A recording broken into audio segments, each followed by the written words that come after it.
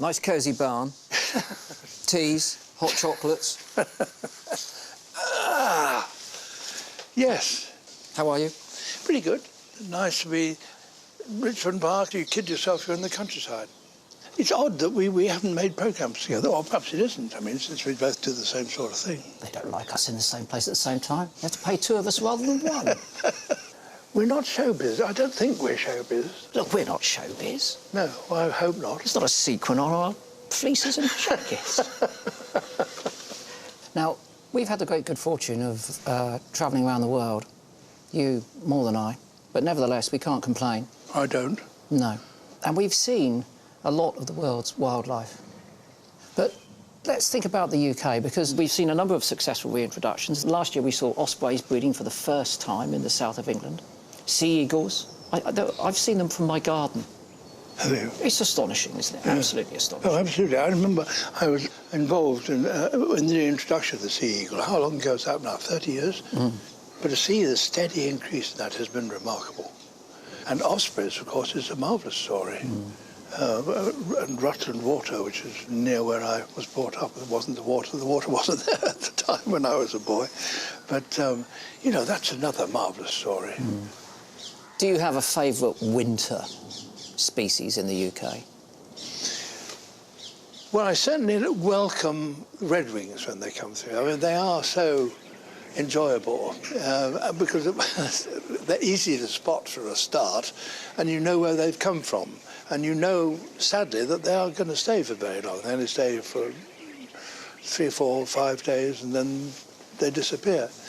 I'll go for tawny owl, because they start calling, they become very vocal in January. You don't see them, though? No, but I kind of like, we're lucky enough to have some large trees outside, and I'll be in the house and I'll hear them hooting.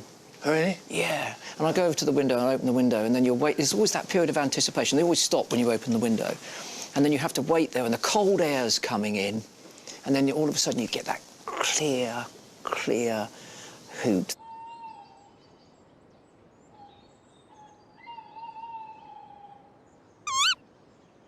We have a little block in the watches now where we have 90 seconds. I know it's only 90 seconds out of an hour-long programme, but it's significantly popular where there is no music and no commentary.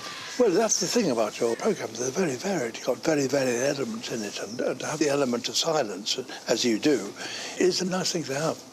And the great thing about your show is that you turn up and you're a friend and you're in the living room.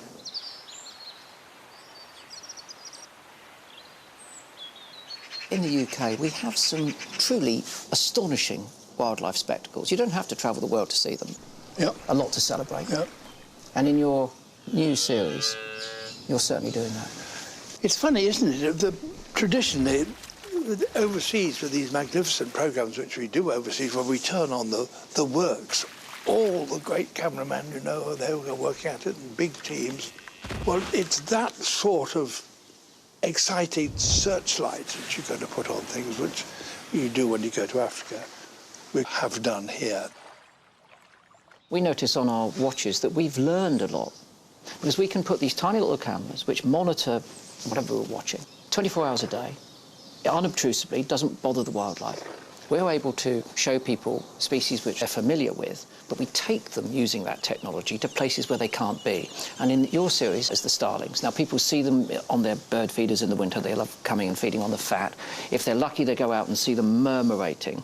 But in the series, you're in the roost. You're right in the roost when all of these birds come back. And you get that claustrophobic sense of thousands of birds almost suffocating you in the trees. One of the marvellous things about that sequence, which I could not believe, this was at night, and suddenly they were all illuminated in the most extraordinary way. And it was done with a new, very sensitive thermal camera that turned the bird into, with a little bit of energy that came through its feathers, made it glow. And to see these thousands of starlings roosting, all individually glowing, it was the most glorious light show that I'd ever seen. It's fantastic, isn't it? Oh, well, it's so beautiful, that sequence. Have you always wanted to make a series about British wildlife? Well, yes, and it's just internal BBC politics, in point of fact.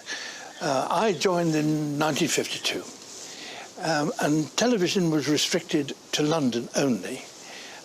Bristol had a natural history unit in the radio, but it didn't have television.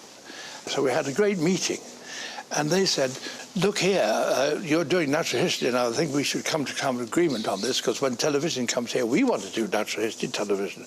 Tell you what, we'll do British natural history, and you can do all this stuff around in Africa. How would that do? Right. And I said, that suits me down to the ground. So the result was I was not allowed to make programmes about the British natural history. So this is a great ambition fulfilled. Is that a true story? Yeah, of course it is. What? Yeah, absolutely so. Well, we're glad you've come home to roost at last. Enjoy the fantastic wildlife that we've got here. Yeah. Can't deny it. Oh, absolutely, yeah. Amazing. Now, the last few times we've met, we've exchanged gifts. Here we are, look. It's a little thing, and I saw it on my shelf. It's come from a far-flung part of the world, but it is just so exquisitely beautiful. Look at the delicacy of that. Lesser bird of paradise. Yeah. And it reminded me that of all of the programmes that you've ever made, my personal favourite was one that you made called Attenborough in Paradise. Oh, yes. I could barely contain my envy when you were in that jungle, because I've always wanted to see those birds. Yeah. And there you were with those remarkable animals, Yes. all displaying. Oh, yes, one of the great high spots. Yeah. Thank you very, very much. Okay. Put it on the mantelpiece.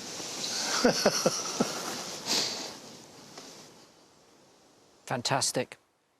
Ambassador, orator, prophet, I dare say, and critically teacher. Just think of all of the things that David has taught us about wildlife. And now he continues in that vein, teaching us more about UK wildlife in his fabulous new series, Wild Isles. Camera work is sensational, and it starts in March. And one thing, I didn't tear that feather out of the pinion of an exotic bird in Papua. It was what I claimed from the moth-eaten remains of a Victorian specimen that was otherwise going to the dump. Fantastic.